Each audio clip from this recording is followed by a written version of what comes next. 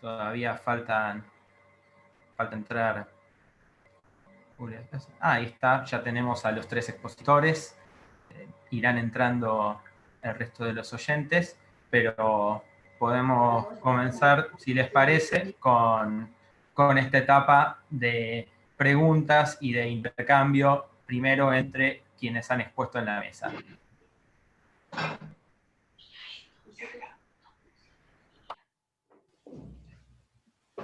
¿Cómo hacemos? ¿Cómo empezamos? ¿Puedo preguntar? Claro, en esta primera etapa preguntan, toman la palabra y los comentarios, aclaro, para el resto de los oyentes, puede ir haciendo sus preguntas en el chat y quedan para cuando haya finalizado el intercambio entre los 3 expositores. Perfecto. Yo quería preguntarle a Julio César, porque por el tema este de la sindéresis en Buenaventura, ¿no?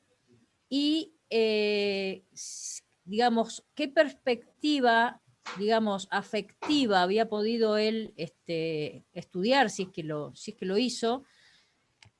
Porque, bueno, justamente en los estudios sobre la sindéresis se suele hacer toda esta comparación. En Tomás de Aquino la sindéresis es intelectiva, en Buenaventura es afectiva, y la gente se queda, digamos, yo, tranquila con eso, y pareciera que, digamos, entendimos todo cuando en realidad no entendimos nada, ¿no? Entonces, si se había podido ocupar de este tema, ¿no? Que es muy interesante, y bueno, ¿qué comentarios nos podía hacer al respecto?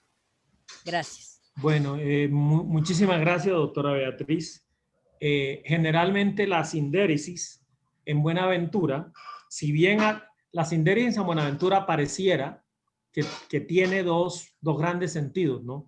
Hay un sentido ético o moral, porque es una inclinación hacia el bien, y el otro es un sentido nociológico, que también se omite. Es decir, en San Buenaventura la sindéresis también, así como a lo bonum, hay una inclinatio a la sapientia. Y en esa inclinación a la sapientia va a estar muy entre líneas, habría que explicitarlo, ¿no? Usted me puso tarea aquí, qué bueno.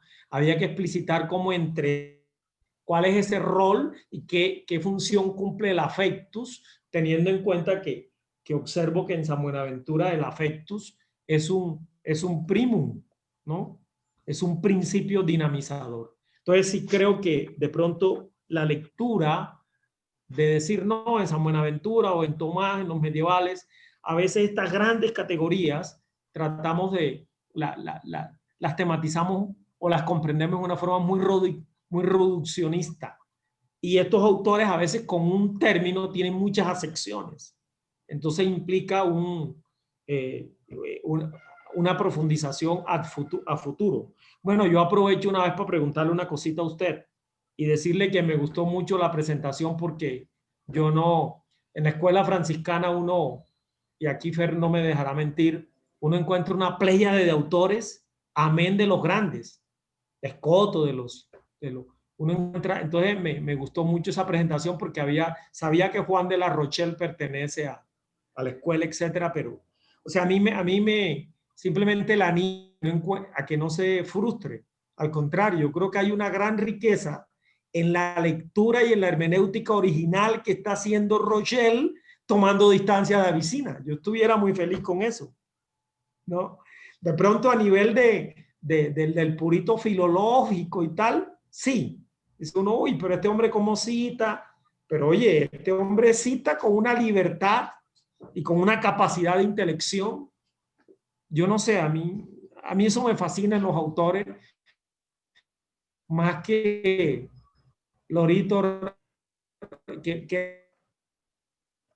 y todo, alguna gente que yo conozco, y dónde está el pensar acá. No. Gracias. Gracias.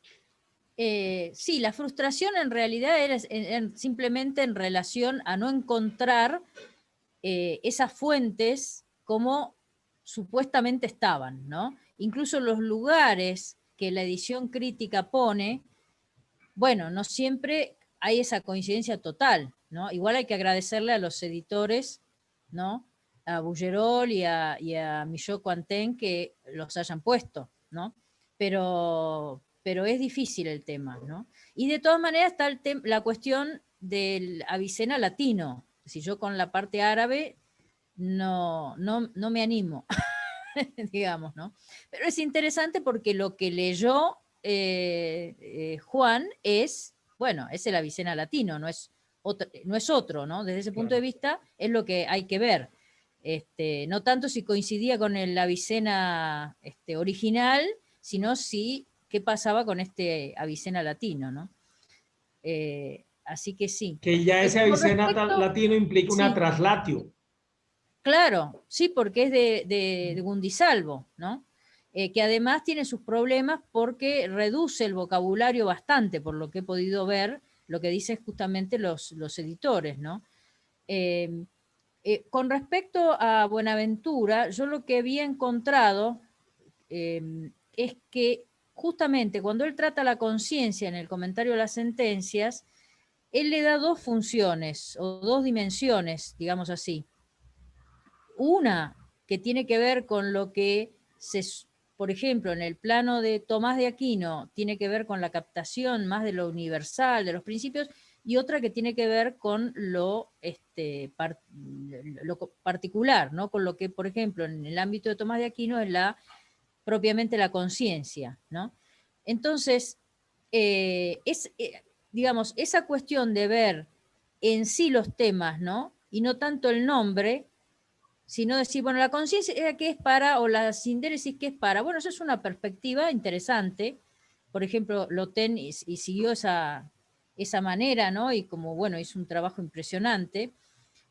Pero bueno, la otra es ver, bueno, este tema, sí, este núcleo temático, esta cuestión teórica, ¿cómo la trata fulano y cómo la trata Mengano? Porque por ahí los nombres cambian, ¿no? Porque cada uno digamos, no sé, tomó a lo mejor de esa tradición las expresiones, las locuciones, como conciencia, como sindéresis, como el tema de la voluntas naturalis o la voluntas subnatura, etcétera, ¿no?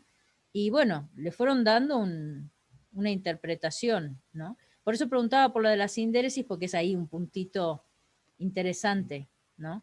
Sobre el tema. Sí, una tarea que me coloca para un posible trabajo porque me suscita una pregunta de búsqueda. Yo creo que este es el espacio más rico de este tipo de eventos, ¿no? Sí, muchas gracias. Muy Gracias a usted. interesante. Adelante. Gracias.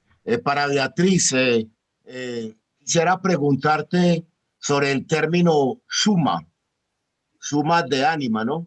Pues uno Sí, en la edad, uno en los autores medievales, pues cuando uno mira el término suma, pues inmediatamente uno se le viene a la mente Tomás de Aquino. Y uno mira que la suma en Tomás de Aquino, pues es una cuestión de un rigor metodológico, con lógicas, con inferencias, etcétera, etcétera. En el Tratado de Ánima de Jean de la Rochelle, pues yo no veo ese rigor lógico. ¿Por qué obedece el término entonces suma en el Tratado de Rochelle? Yo, sinceramente, eso no me lo he preguntado. Sería algo para investigar. Yo lo que veo es que él, digamos, escribe un tratado donde trata de responder todo lo que él había podido, podríamos decir así, investigar e interpretar sobre el alma, sobre qué es el alma, sobre las potencias, incluso sobre las virtudes, ¿no? Eso es, que bueno, eso es otra cuestión, el término virtud, potencia, muchas veces son intercambiables, ¿no? Eh, pero no sabría responder exactamente esta pregunta que me hacen, pues no me la he hecho, no lo he visto desde ese punto de vista, ¿no? Correcto. Sinceramente no sé.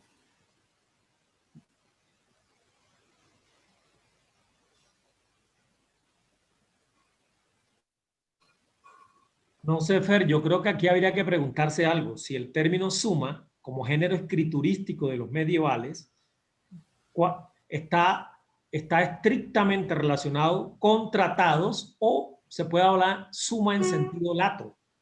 Porque, por ejemplo, se dice que breviloquium sería una suma de Buenaventura, incluso en la tesis doctoral de Manuel Falque, que la hace sobre el Entrée en la teología, ¿no? Trabaja y lo pone como suma, primera parte. Entonces habría que preguntarse mucho por los géneros escriturísticos. Yo por ahí he visto algo de Liberat. De Liberat tiene algo sobre los géneros escriturísticos en la Edad Media y creo, si la memoria no me engaña, que suma puede tener dos acepciones, sensus latus y stricto sensus, ¿no? ¿Qué pasó?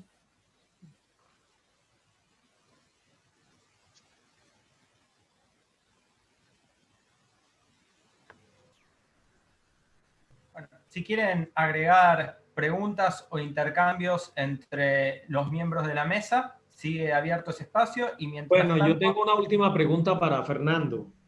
Cuando Fernando trabajó la sedia, me llama mucho la atención que estás como haciendo la tematización también de la sedia en la dimensión comunitaria.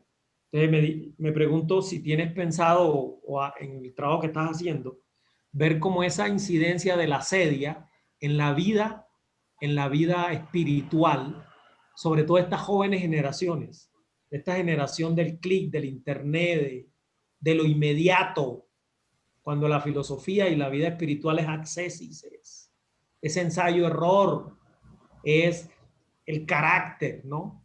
Es formación del carácter. Entonces me parece muy valioso. Entonces te pregunto eso, ¿sí? ¿Que has pensado alguna relación entre la vida comunitaria y la incidencia de la sedia, no solo en la vida académica, sino en la vida espiritual, en la totalidad? Sí, por sí que, digámoslo así, el origen de este trabajo pues tiene que ver más que todo en ese orden espiritual, ¿no? Pues yo como hermano franciscano, soy consciente de las realidades que nos pueden aquejar como hermano franciscano en el cumplimiento de sus votos y de todas los compromisos de vida que uno asume, ¿no? Entonces, desde ese punto de vista, ese cansancio o esa pesantez o esa dificultad en cumplir precisamente lo que se ha prometido vivir es una cuestión que me llevó a mí a pensarlo, es decir, rastrearlo desde allá, pero la idea también es ponerlo en relación con el día de hoy. Por eso, para el día de hoy, uno ve que este tema está muy bien desarrollado, por ejemplo, por Víctor Frank. Víctor Frank, uno encuentra también ese cansancio, ese tedio, esa pesantez también cuando él trabaja en El hombre en búsqueda de sentido. Allá hay precisamente literatura muy importante en eso. Hay una señora investigadora de Costa Rica que ha trabajado mucho tiempo al lado de religiosos y religiosas y hace 2 años publicó un libro sobre el burnout. El burnout es lo que en Colombia traduciríamos como estoy quemado, es decir, ya no doy más, se me acabó todo. Entonces ese burnout hoy es trabajado precisamente también desde esa perspectiva de la sedia, del cansancio, de la pusilanimidad. Entonces también hay una lectura contemporánea, ¿no? Y también en los artículos que he venido trabajando me encuentro con estudios a raíz de Martin Heidegger. Entonces creo que hay una temática muy interesante para poner esto también en diálogo con la actualidad. Y claro, los primeros beneficiados de esto pues van a ser aquellos hombres y mujeres que se han comprometido con una forma de vida y que, como dije en la exposición, esto ya se salió del canon monacal. Esto ya también está siendo visto en orden social, en orden de los laicos, si queremos hablar en esos términos. Entonces no es solamente un tema que en sus orígenes fue visto dentro de la vida monacal, pero hoy en día ya ha cruzado las murallas y las paredes de las abadías y monacatos para precisamente también invadir la sociedad y ver también cómo hay un cansancio, un desapasionamiento, un desinterés en las gentes de hoy en día, estilo, por ejemplo, como lo presenta autores como Harari, como el mismo Bauman en El amor líquido, donde él también presenta esa sociedad cansada, tediosa, pesante. Entonces creo que hay mucha literatura en la actualidad que podría muy bien ponerse en diálogo con este rastreo que se está haciendo desde la Edad Media. Gracias. Justamente para Luis Fernando, me parecería interesante que se pudiese extender todo este análisis a la crisis de la familia, ¿no? Ah, qué Que bien. muchas veces pareciera que tiene que ver con otros temas, y bueno, no sé, así escuchándote, se me ocurre Sí, que en muchos casos hay algo de esto. correcto, ¿No? sí. No sé. Sí, sí, es decir, Sería muy interesante, digamos. O sea, es sacarlo de decir, ese ámbito monacal o, exacto, sí. ¿no? Y sobre todo traerlo a la actualidad. Hoy en día muchas personas hacen promesas. En el matrimonio hay promesas, en la vida consagrada hay promesas, entre los novios hay promesas. Es decir, hoy en día hacemos muchas promesas. El hecho de no cumplir con eso, de desapasionarme por cumplir con esas promesas, es una forma de hacer. Y entonces creo que la familia también, la familia, precisamente los papás, se hacen unas promesas de vida. Entre los hijos y los papás también debe haber lo mismo. Por lo tanto, sí podía quejar también al núcleo familiar en ese sentido. Muchas gracias. La Muy verdad, bien, muy sugerente, muy interesante. gracias.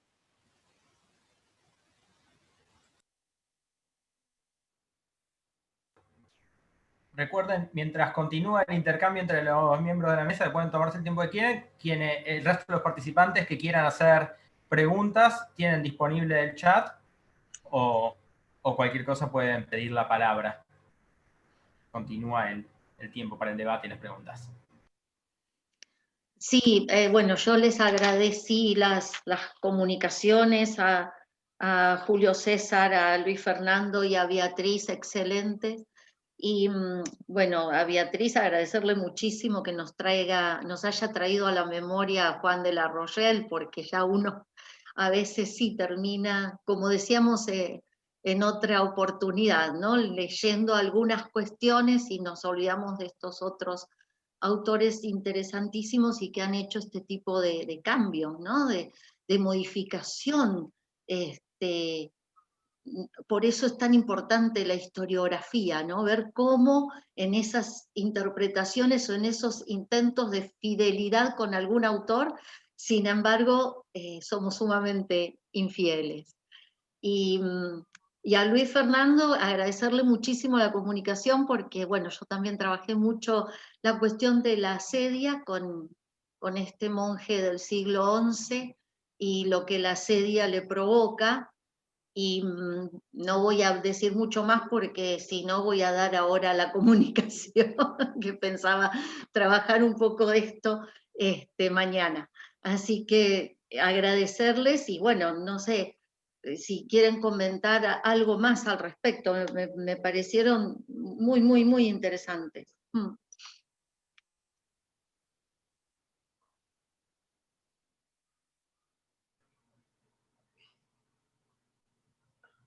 Pues básicamente me llamó mucho la atención y verdad que ha sido una sorpresa grata, ¿no? Respetando el proyecto filosófico de Riquet y lo que hace este hombre en el siglo XIII, encontrar precisamente que esa tercera vía, ¿no? Que desde la fenomenología está presentando Riquet, de hacer esa función universal, esa razón con un enraizamiento afectivo, hombre, ya esté allá, ya hayan unos gérmenes. Entonces me ponen la tarea de establecer este diálogo, no voy a intentarlo, para seguir ese texto, entre los aportes hay que buscar más trabajo, por ahí encontré un trabajo muy bueno de un amigo mío de Francisco Díez Fischer, un trabajo sobre publicado allá en la UCA, sobre las pasiones, pero en Riquet, y empecé a leerlo para ver fuentes e ir a las fuentes. Entonces, ha sido un ejercicio muy interesante y me llevé esa grata sorpresa, ¿no? Entre que yo llegué a Riquer porque me regalaron el libro y dije, ve, esto me puede servir para lo que estoy trabajando. Y cuando empiezo a leer, plus, o sea, ese choque de que, ojo, yo quiero una tercera vía en estas dos perspectivas, y vemos que este filósofo ya venía haciendo una rehabilitación del afecto, ¿no? Y sobre todo hay que entender algo en Buenaventura, que está en París, que es el siglo XIII, que hay un predominio de una filosofía escolástica fuerte a nivel que hay, y que hay también una impronta fuerte del tomismo. Entonces también desde el voluntarismo franciscano, ver que es una tarea para pensar en autores como Escoto, por ejemplo, que maneja Fernando, etc. No, gracias por el espacio porque le permite a uno seguir hurgando, ¿no? Sí, sí. Bueno, con respecto a lo que decía Celina de estos autores, yo creo que es fundamental rescatarlos, justamente no quedarse solo con los grandes, ¿no? Bueno, y además grandes, también son grandes, digamos, cuando uno los lee, digamos, es como, dice, ¿cómo esto no se trabaja? Yo ya había estado estudiando a Juan de la Rochelle, y la verdad que es interesantísimo. Y lo que, no sé, ya que hay tiempo, me gustaría resaltar es esa doble, son como criterios distintos, ¿no? Es decir, Juan tiene esa mentalidad analítica, que él quiere, de manera que ahora percibo mucho más integrada y más original de él, que antes no, digamos, no veía tanto esa parte del asunto, ¿no? Pero él quiere diversificar, quiere dividir en el sentido de clasificar, ¿no? Y que quede todo, yo pienso que por eso también la idea de Tractatus y de Suma, por ese lado, después voy a buscarlo, esto que has comentado, ¿no? Porque ahora me quedé mal con eso. Pero él quiere poner todo, que como que él quiere poner todo lo que se sabe. Primero en el Tractatus es más enciclopédico, podríamos decir así, incluso con algunas partes repetitivas, pero también ahí uno ve que no fue simplemente nada más que una recopilación, en todo caso fue una recopilación para él, ¿no? Y después la usó en la Suma, y la usó con un criterio evidentemente propio de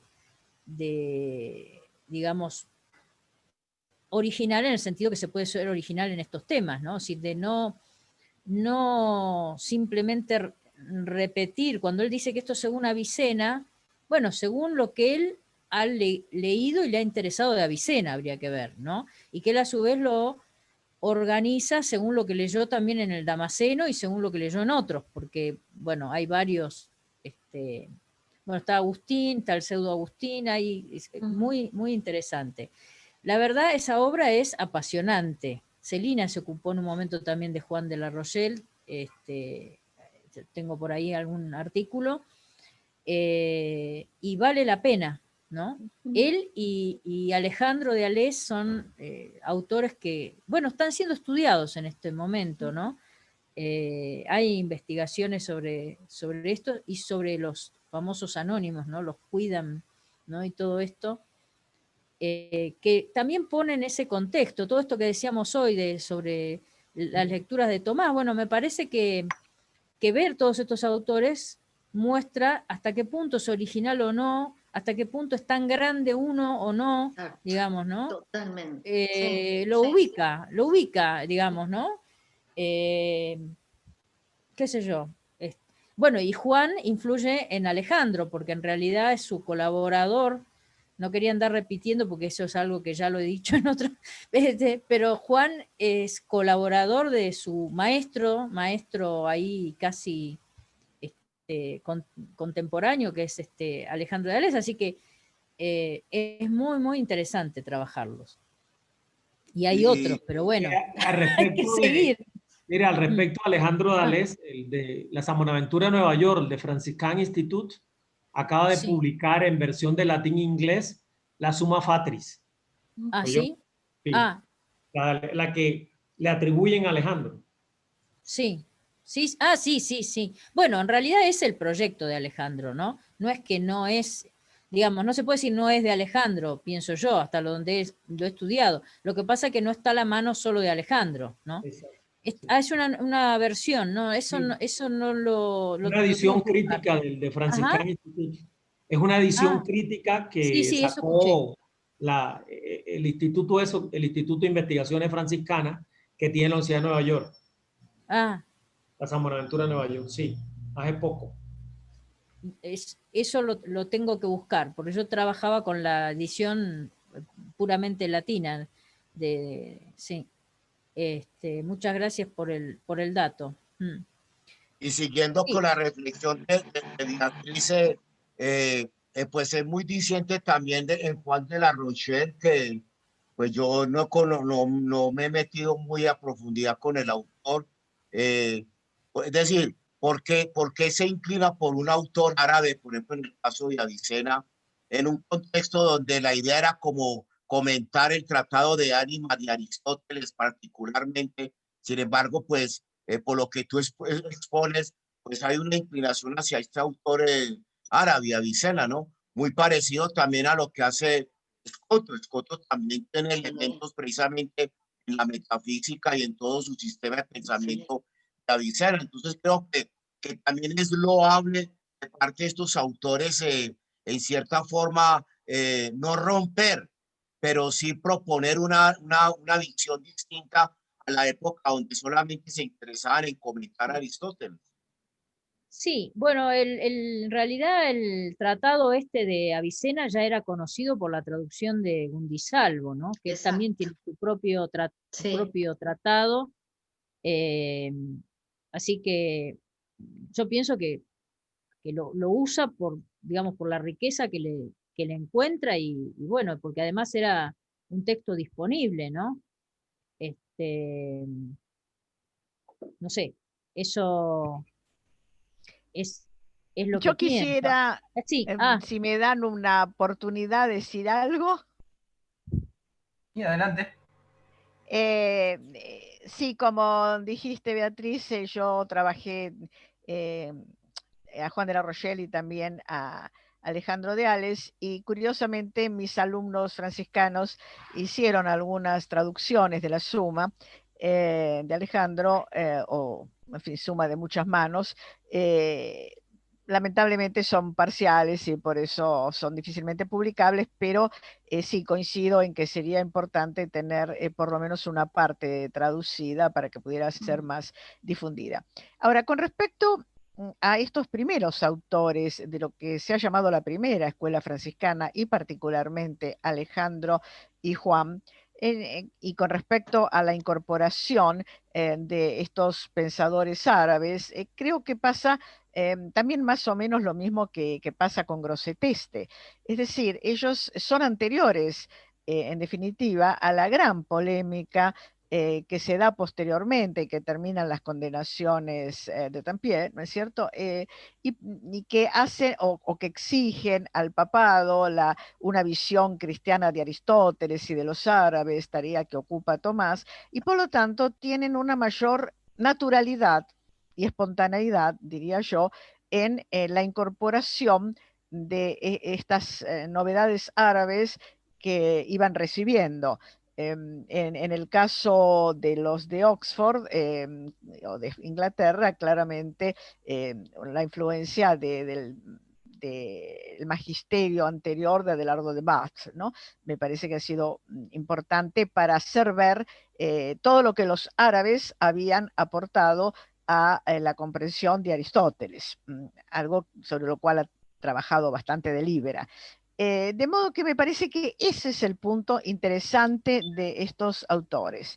Es decir, que pertenecen a una época en la cual se puede leer a los árabes, comentaristas o no de Aristóteles, porque el caso de Avicena en el Canon y otras obras médicas no se vinculan directamente con Aristóteles, pero sí con la gran tradición médica griega y con el Corpus Hippocraticum, obviamente.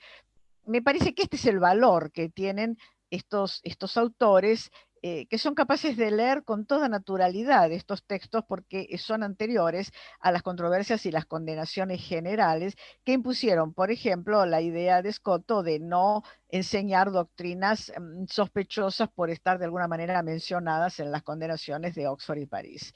Bueno, esto es lo que quería decir simplemente para añadir a lo que estaba comentando Beatriz, que me parece muy pertinente y que comparto.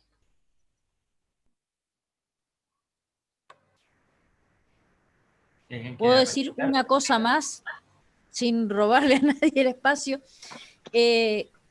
Recordé ahora que justamente Buenaventura, él no quiere continuar con esta idea de esta mentalidad tan analítica, por ejemplo, de Juan de la Rochelle. De algún modo, expresamente dice que no hay que dividir tanto al alma y que no hay que llevarle tanto el apunte a estas divisiones. Eso lo hace cuando habla del tema de la voluntad, ¿no? Y recordé eso, ¿no? O sea, dentro de la propia escuela franciscana, un poquito después de este esfuerzo enorme de Juan, ¿no?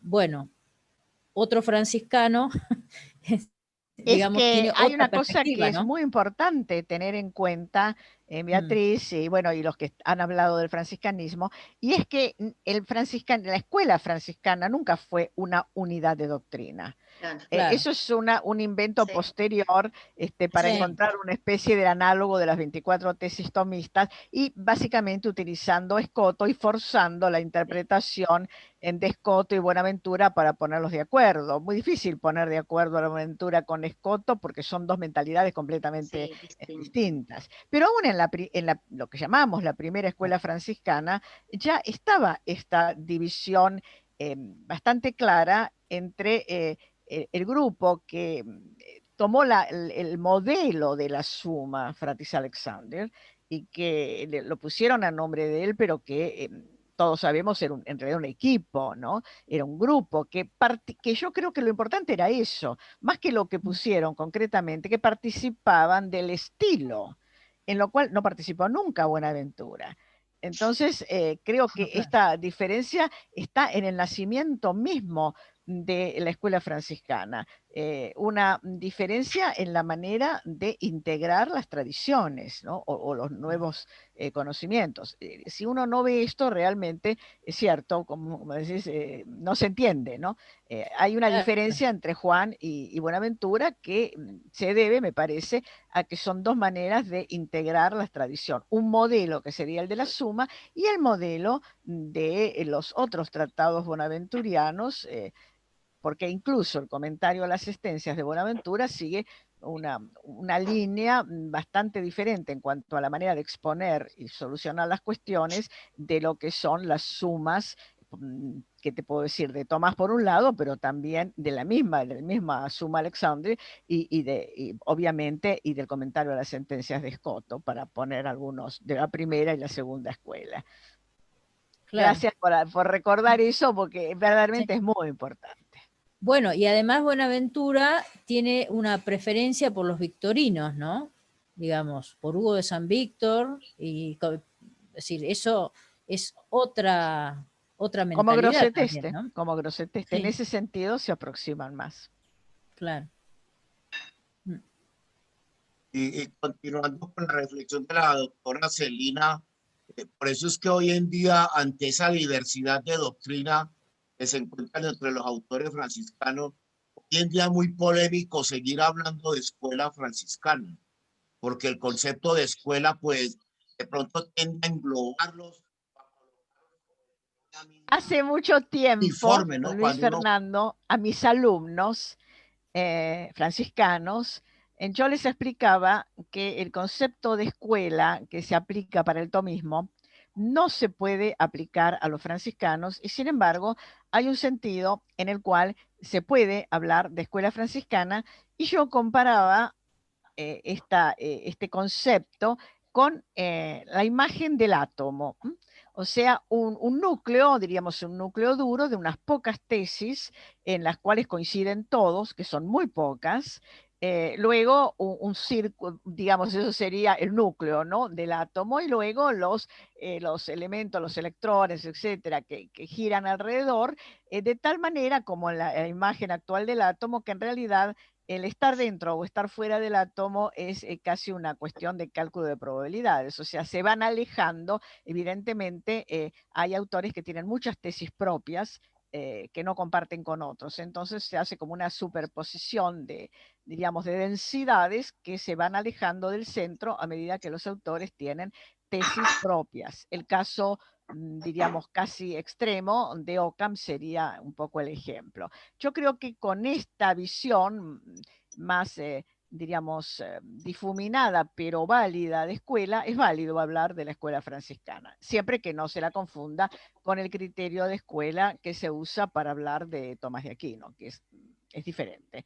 Tomás de Aquino es una unidad, es una doctrina, mientras que la escuela franciscana son muchos, con doctrinas diferentes y con puntos de vista diferentes acerca del modo de hacer, de pensar y de hacer filosofía y teología. Bueno, estamos ya cerca de la finalización de esta sesión de Zoom. Nos quedan apenas 3 minutos. En el chat solamente hay un breve comentario que puse, ya que Luis Fernando en su exposición habilitó esta lectura contemporánea de la serie, que es muy interesante. Bueno, inmediatamente yo me vi remitido a lo que experimentamos con el aislamiento social y el alejarnos del contacto con otros, que frente a este burnout contemporáneo nos obligó a volver a una forma de interioridad, ¿verdad? A forma de comentario, no sé si Luis Fernando... Muchas gracias, está muy bien, sí, muchas gracias, sí. Perfecto. Bueno, si no hay Les alguna... agradezco a todos los compañeros, gracias, y a la doctora Celina, sus interesantes comentarios, porque clarifican muchas cosas. Gracias. Un Perfecto. gusto. Un gusto.